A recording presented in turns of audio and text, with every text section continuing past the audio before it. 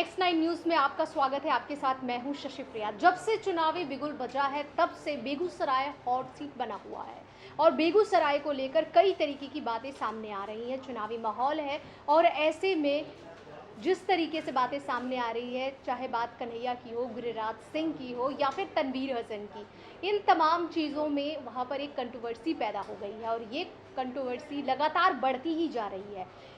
क्या चुनावी चक्रव्यूह के अभिमन्यु साबित हो सकते हैं कन्हैया? ये एक बड़ा सवाल है, क्योंकि गिरिराज सिंह भी जिस तरीके से लगातार बयान दे रहे हैं, इससे क्या ये लग रहा है कि गिरिराज सिंह डर गए हैं? क्या बीजेपी को अपनी शाख कमज़ोर नज़र आ रही है? क्योंकि अमित शाह भी वहाँ पर पहुँचे और उन्होंने जिस तरीके से चुनावी सभा को संबोधित किया और उसके बाद उन्होंने कहा कि देश के टुकड़े टुकड़े करने वाले जिन्होंने ये भाषण दिए थे, उन्हें वहाँ से खदेड़ दो। तो कन्हैया को लेकर सभी एकजुट हुए। वहीं दूसरी तरफ ये एक बड़ी खबर मिल रही है कि अब कन्हैया कुमार तेजस्वी यादव से लगातार गुहार लगा रहे हैं कि वहाँ से जो उनके उम्मीदवार हैं उसे हटा लिया जाए, क्योंकि कन्हैया कुमार को पूरी उम्मीद है कि वहाँ पर वो चौतरफा जीत हासिल करेंगे। अब ये बड़ा सवाल है कि क्या तेजस्वी ये बात मानेंगे? जो तीसरी कड़ी है, जिसको लेकर तीसरा जो त्रिशंकु वहाँ पर व्यवस्था हो रही थी, क्या अब वो ख़त्म हो जाएगी?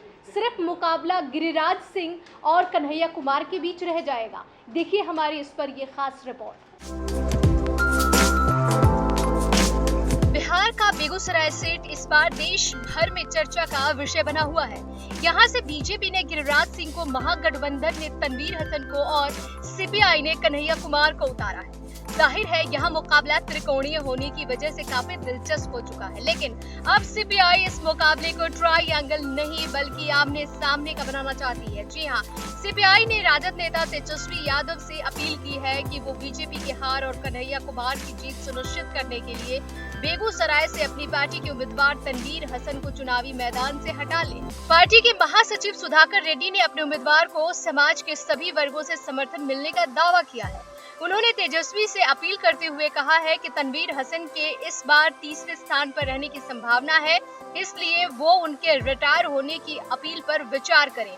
सीपीआई का दावा है कि कन्हैया को समाज के सभी वर्गों से समर्थन मिल रहा है, लिहाजा पार्टी किसी भी कीमत पर इस बार ये नहीं चाहती कि तीसरे प्रत्याशी के मैदान में आने से उसके वोटों में सेंधमारी हो। पार्टी का मानना है कि उन्हें राजद प्रत्याशी तनवीर हसन से कोई समस्या नहीं है। इस बात को और साफ करते हुए पार्टी महासचिव सुधाकर रेड्डी ने कहा कि हमें हसन के साथ कोई समस्या नहीं है।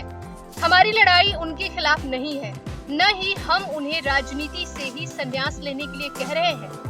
वो भविष्य के किसी भी चुनाव में अपनी किस्मत आजमा सकते हैं, लेकिन इस बार कन्हैया के पक्ष में कांग्रेस सहित अन्य धर्मनिरपेक्ष दलों के नेता हैं और उनके लिए प्रचार कर रहे हैं। अब सीपीआई के इस अपील पर तेजस्वी यादव का क्या फैसला है, ये देखना बड़ा दिलचस्प होगा।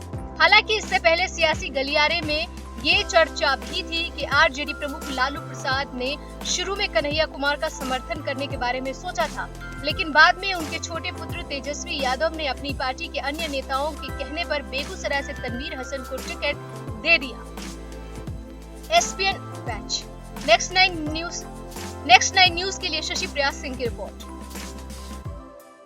बेगूसराय इसलिए भी बहुत खास है कि वहाँ पर कई ऐसे सांस्कृतिक धरोहर हैं। इसके अलावा वो दिनकर की नगरी भी मानी जाती है और कन्हैया कुमार ने अपने जब प्रचार की शुरुआत की थी तो दिनकर को माला अर्पण कर ही वहाँ से उसने आगे की रणनीति बनाई थी और अपनी रैली की शुरुआत की थी। इसके अलावा अगर हम बेगूसराय की बात करें तो इसको लेकर गिरिराज सिंह भी खूब दम भरते हैं और उनका भी कहना है कि उनके भी जो दादा परदादा थे, यानी कि जो उनके पूर्वज थे, वो भी वहीं सिमरिया घाट पर हैं।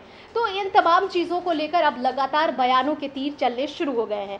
ये काफ़ी हाई प्रोफाइल सीट बन गया है और इस पर लगातार बयान भी सामने आ रहे हैं।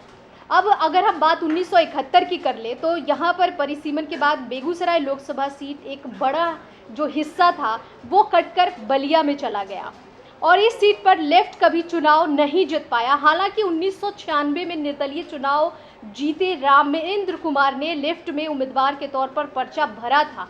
हालांकि वहाँ पर काफ़ी समय तक ऐसा माना जाता है कि खेतिहर मजदूरों और अन्य जो युवा वर्ग है उनका पलायन होता रहा है, क्योंकि बेगूसराय में जो उद्योग धंधे थे वो काफ़ी हद तक बंद हो चुके हैं। चीनी मिल को शुरू करने की बात कही गई थी, लेकिन वो भी शुरू नहीं हो पाई। इससे वहाँ से युवाओं के साथ साथ जो खेतिहर मजदूर हैं, जो खेतों में धान या गेहूँ उगाकर या उन फसलों को काट कर अपना जीवन यापन करते हैं, वो पलायन कर जाते हैं अन्य क्षेत्रों में। तो ये जो तमाम मुद्दे हैं मुँह बाए खड़े हैं। ऐसे में जो इस तरीके के बयान सामने आ रहे, इससे क्या फ़र्क पड़ेगा? और सबसे बड़ा सवाल ये कि क्या वाकई में तेजस्वी कन्हैया की बातों को मान लेंगे? क्या जो तीसरे यानी ये जो त्रिशंकु चुनाव की बात कही जा रही थी वो ख़त्म हो जाएगा? ये तमाम बातें निकल कर सामने आ रही है, मुद्दे तमाम हैं। देखने वाली बात होगी कि चुनावी जो शतरंज है इसमें किसकी होती है शय और किसकी होती है मात। फिलहाल नेक्स्ट 9 न्यूज़ में इतना ही। दीजिए इजाज़त, नमस्कार।